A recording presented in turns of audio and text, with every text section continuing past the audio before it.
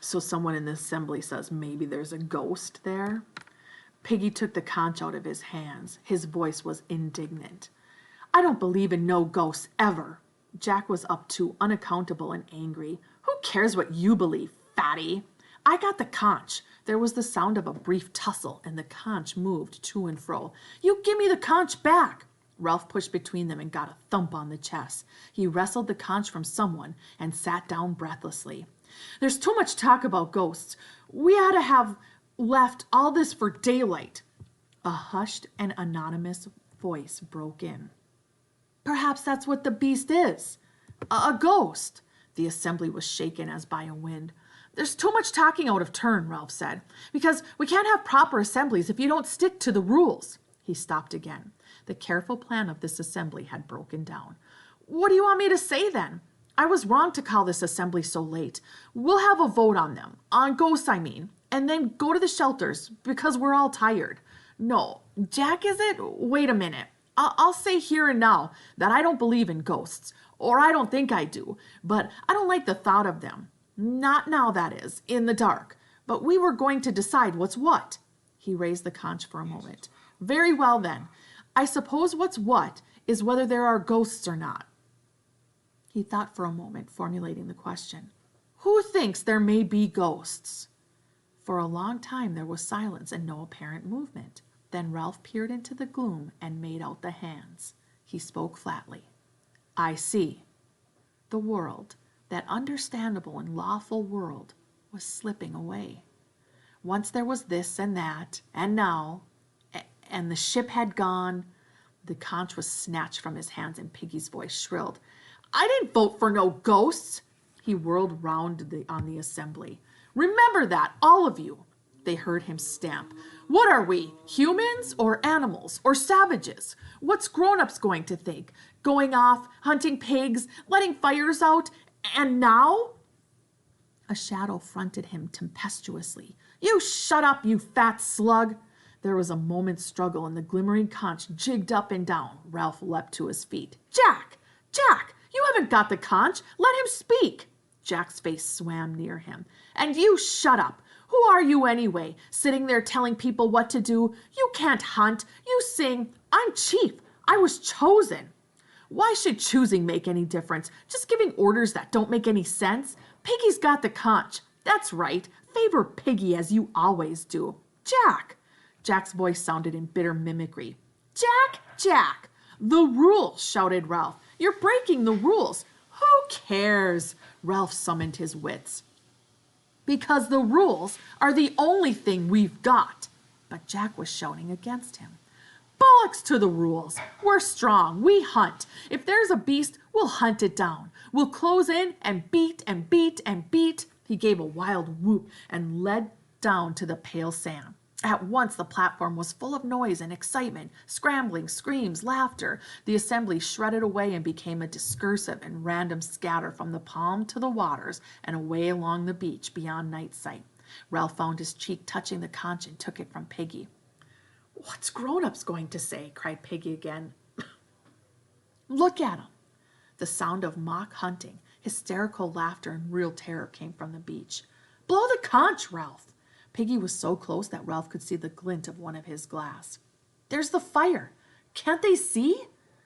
You've got to be tough now. Make 'em do what you want. Ralph answered in the cautious voice of one who rehearses a theorem. If I blow the conch and they don't come back, then we've had it. We shan't keep the fire going. We'll be like animals. We'll never be rescued.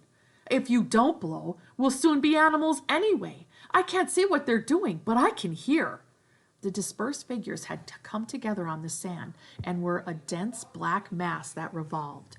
They were chanting something, and little ones that had had enough were staggering away, howling. Ralph raised the conch to his lips and then lowered it. The trouble is, are there ghosts, Piggy? Or beasts? Course there aren't. Why not? 'Cause things wouldn't make sense. Houses and streets and TV, they wouldn't work. The dancing, chanting boys had worked themselves away till their sound was nothing but a wordless rhythm.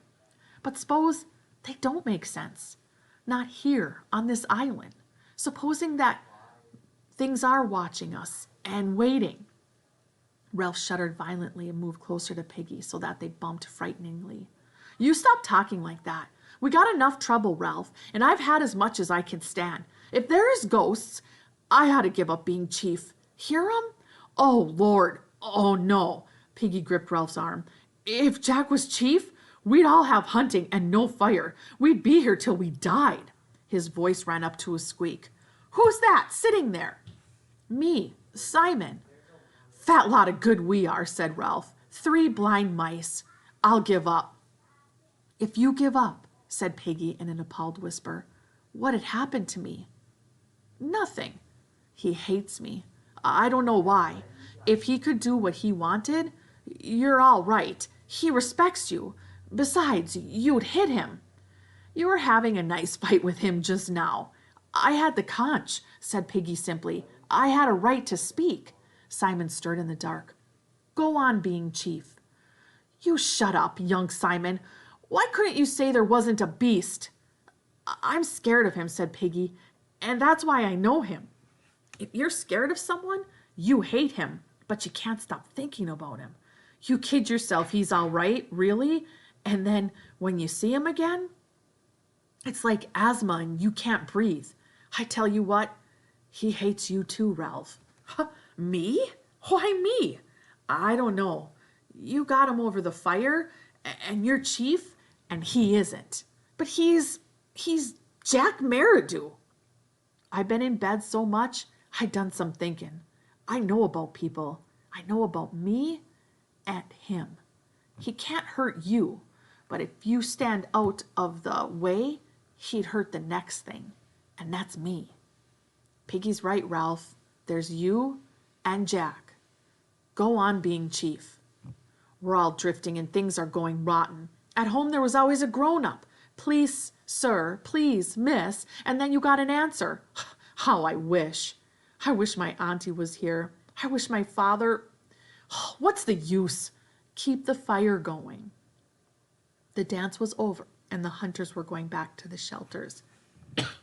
Grown-ups know things, said Piggy. They ain't afraid of the dark. They'd meet and have tea and discuss. Then things would be all right.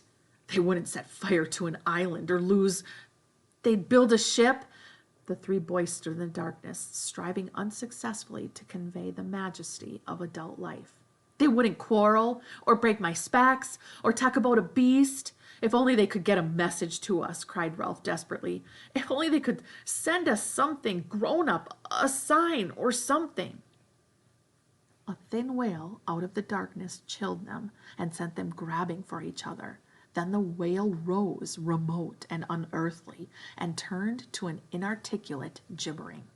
Percival Wemyss Madison, of the vicarage, Harcourt St. Anthony, lying in the long grass, was living through some circumstances in which the incantation of his address was powerless to help him. Oh, you guys, Percival lost it. He snapped, basically. Remember when he was talking in the group and then fell in the grass? He basically hasn't moved since, and he's just sitting there wailing. That's the wailing they hear in the night. That is so powerful. They grab each other because they're afraid. Oh, the chaos here, guys. The fear, the breaking up of the rules, the hysteria of the hunters, the chaos of the ending, and then it ends with the chilling cry from one of the little ones who's basically having a fit in the grass. This is bad. Things are starting to fall apart very quickly. All right, guys, then chapter 6 starts, which we'll start with next week, Beast from Air. The Beast from Water, by the way, was this fear that they have, right? That something's coming out of the water at night. Beast from Air is a different type of beast that we'll read about in chapter 6.